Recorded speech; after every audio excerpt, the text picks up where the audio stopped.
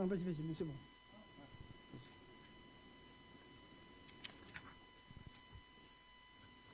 Bonsoir à tous. Très ravi d'être parmi vous après 2 ans d'absence physique. Donc voilà. Alors je vais enchaîner sur le BOA Bénin. Si tu peux. Donc chaque banque va être présentée de la même manière. Donc on va commencer par l'environnement, après les performances commerciales, performances financières et un petit aperçu du cours en bourse.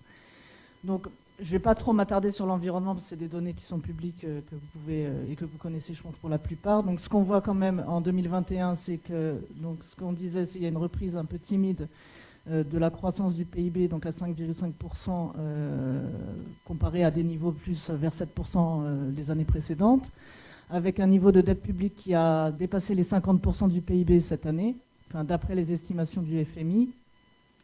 Pour ce qui est des facteurs, des faiblesses, on va dire, du pays, on peut noter une base des exportations étroite qui est vulnérable aux fluctuations des cours. Par exemple, le coton qui représente 20% des exportations. Une hausse des besoins de financement du fait du niveau d'endettement et une dépendance avec le Nigeria, pays qui avait fermé ses frontières terrestres pendant un certain temps, pendant 2 ans je crois, et qui vient de rouvrir partiellement cette année, en 2021. Au niveau des atouts, donc le Bénin lance la seconde phase du programme d'action du gouvernement, donc pour soutenir les investissements et le développement économique. Il y a une création aussi d'une zone économique spéciale propice pour l'industrie agroalimentaire et textile et l'activité portuaire donc, qui est en regain après une ou 2 années de décélération du fait du Covid. Donc l'année 2021 a été marquée par des élections présidentielles en avril qui se sont bien passées et qui n'ont pas eu d'incidence au niveau en tout cas au niveau de la banque, et ça je l'ai dit, la réouverture partielle des frontières. Alors, au niveau de BOA Bénin, donc nos banques en général ont un actionnariat stable, donc ceux qui suivent les présentations depuis plusieurs années voient toujours le même actionnariat, donc 54% pour BOA West Africa, qui est la holding du groupe qui détient les participations des filiales de l'UMOA et du Ghana. Donc pas de changement notable depuis plusieurs années. Donc 2,3% détenus par la BOAD et le reste est flottant en bourse. Alors au niveau du total bilan, je peux avoir le laser? Ah, super. Oui. Donc on voit qu'il y a un léger recul de 2% sur 3 ans, entre 2019 et 2021, qui est essentiellement dû à la baisse du recours à l'interbancaire et aussi à la baisse de l'exposition sur les corporates. Donc on a un peu diminué, baissé le bilan.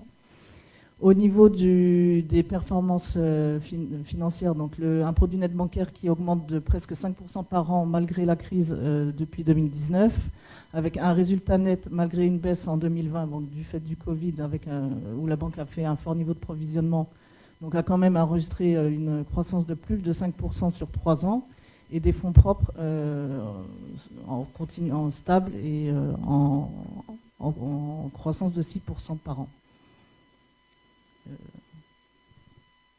J'aimerais tourner la page. Est-ce que quelqu'un peut tourner? Je sais pas. Bon, voilà. Alors au niveau des performances commerciales, donc la banque maintient sa première place en termes de dépôt et de crédit, donc la première banque du Bénin. En termes de dépôt, elle a connu une variation de 5%, donc modérée, on va dire, surtout dans un secteur qui a cru de 20%. Donc elle a perdu, elle détient quand même 22% de part de marché, donc en léger recul de 3 points.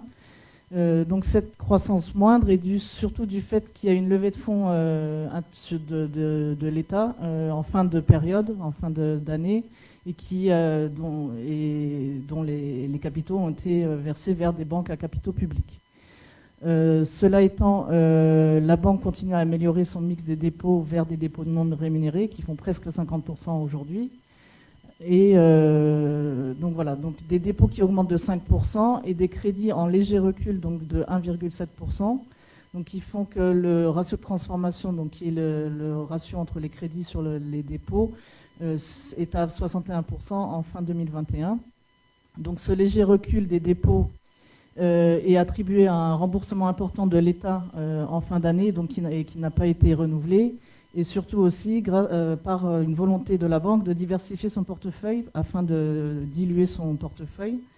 Donc les crédits aux particuliers représentent 37% du portefeuille de la banque à fin 2021. Donc le nombre de crédits, donc l'encours a baissé de presque 2%, mais le nombre de dossiers a augmenté de presque 9%. Donc signe de la diversification du portefeuille de la banque. Au niveau des titres de placement, donc on a un encours stable à 330 milliards de francs, qui représente 37% du total bilan à fin 2021. Alors, comment ça se reflète au niveau des comptes? Voilà, merci. Bon, okay. Donc, alors, on a vu donc, les encours de crédit donc, étaient en léger recul et les encours moyens donc, sont en recul de 5% sur la période passée. Donc la marge bancaire recule, donc c'est logique au niveau des crédits. Donc cette baisse est légèrement supérieure parce qu'il y a eu un enregistrement de produits non récurrents en 2020. Donc c'était l'encaissement de pénalités de retard pour 1,2 milliard de francs. Donc si on retraite 2020 de cette hausse exceptionnelle, la marge aurait accusé une baisse de 3%, qui est plus en ligne avec l'évolution des encours moyens. Alors, cette baisse a été compensée par une hausse importante des commissions de 21% sur l'année. Et donc, le PNB ressort à un niveau stable à 45 milliards. Alors, au niveau des charges d'exploitation, donc elles sont en amélioration, ce qui donne un coefficient d'exploitation donc en amélioration à 56%. Donc, c'est encore un petit peu au-dessus de nos normes groupes pour la taille de la banque, mais elle est en bonne direction. Et donc le RBE ressort à presque 20 milliards en croissance de 1,7%. Et donc là, cette année, la banque, donc le coût du risque net ressort en reprise, en fait, a fait une reprise nette de 611 millions de francs. Donc la banque présente un coût du risque très bas après avoir passé un niveau de provisionnement assez haut l'année dernière du fait du Covid. Donc, grâce à donc le résultat ressort en hausse de 25%, donc essentiellement porté par les commissions et l'amélioration du coût du risque. Voilà. Okay. Ouais, si tu veux. Je veux compléter un peu ce qui a été dit par Laura à l'instant sur parce que c'est seul, hein, avant de passer la parole avant de parler en bourse, ce qu'on retient, c'est que certaines personnes vont dire. Tu peux revenir à la slide précédente, s'il te plaît? Il faut s'approcher. Voilà. Quand vous voyez ça, vous dites le moteur il est en panne. Parce que le PNB il ne bouge pas. Ok. Le moteur il paraît en panne. Quand on voit ça, on se dit ben ça va pas. Ok. En réalité, qu'est-ce qui s'est passé? Comme a expliqué Laura, mais je veux quand même insister dessus, c'est important, il faut rassurer les gens. C'est qu'il y a une hausse importante des crédits, mais c'est des petits crédits. On est en train de créer un fonds de commerce. Ce n'est pas un crédit corporate. Il y a eu des gros crédits corporate ou étatiques qui ont été remboursés. Tant mieux pour nous, parce que de toute façon, ils toussaient déjà. C'est grâce à l'émission obligataire internationale qui a été mise par l'État du Bénin, qui a levé des dollars, et qui a dit, ou des euros, je ne sais plus, ils sont mis, ils ont dit on va rembourser certains crédits. Et pour ces crédits, pour les remplacer, il faut du temps. Et la conjoncture n'a pas aidé. Donc en réalité, on construit un modèle, mais il faut dire champion, bravo sur les commissions. Ils ont véritablement bossé fortement sur les commissions. Mais pour reconstituer ce fonds de commerce, il faut du temps. Voilà, ça c'est important, ce message, je voulais quand même vous le dire. Et la provision a été passée en 2020. Plutôt en phase de reprise. Sur la bourse, peut-être, vous voyez bien, ici, la performance boursière était de 43%. Entre décembre 2020 et décembre 2021. Sur un an, 43%. C'est largement mérité.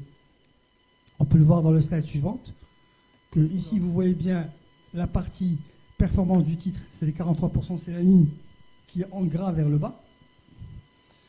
On était à moins 14 en 2019, 2,4% en 2020 et 43% en 2021.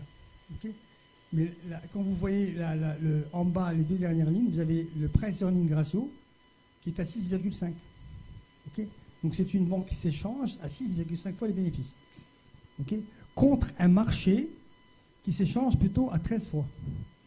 Donc en fait, elle se vend en solde, quoi. 50%. Je dirais. Elle se vend en solde. Il faudrait acheter des actions comme ça se vend à moitié prix par rapport à ce que ça. Plus un rendement de dividende pour les compagnies d'assurance qui aiment bien ça, parce qu'ils veulent bien des rendements récurrents, qui est plutôt à 10-11%. Je veux dire, ça se vend nulle part au monde, ça. Ça n'existe plus. C'est important quand même que les gens ils se gardent ça en tête, c'est très fort. Tu veux compléter par quelque chose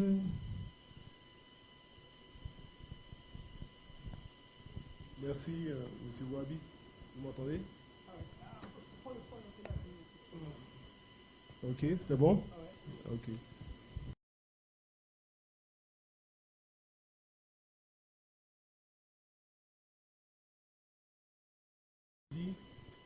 Il y a eu une forte croissance au niveau du financement des particuliers. Le poids a augmenté, les encours ont augmenté de plus de 20%. Et cela a permis de limiter la baisse du niveau des emplois, qui, comme on l'a dit, ont été impactés négativement par les remboursements importants de l'État. Donc nous entendons poursuivre cette dynamique dans le financement des particuliers et renforcer également le financement des PME dans le cadre de la transformation bilancielle. Et puis, évidemment, ne pas laisser tomber les corporates, mais de continuer à les accompagner et profiter du lancement de la deuxième phase du programme d'action gouvernementale. Je rappelle que c'est un programme qui dure sur la période 2024-2026, qui a un coût élevé à plus de 12 000 milliards.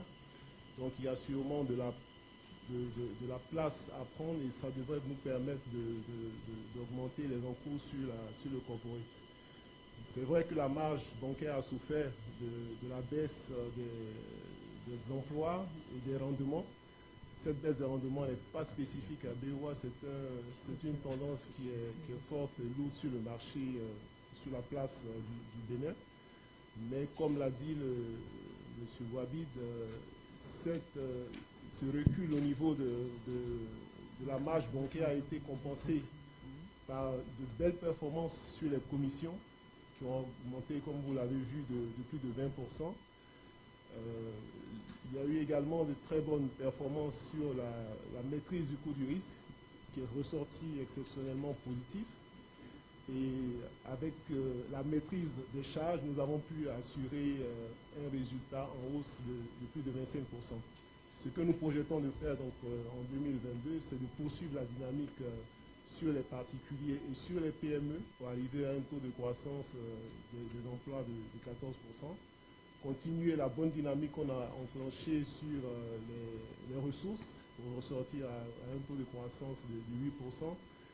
Cela devrait nous permettre d'obtenir un résultat en nette amélioration. Il est projeté à plus de 17% pour cette année.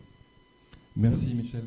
On va prendre les questions en fin de présentation. Donc si vous avez des questions sur tel ou tel pays, vous les notez et puis on prendra tout à la fois. Et là, on va partir au Burkina Faso avec Amine Bouabid.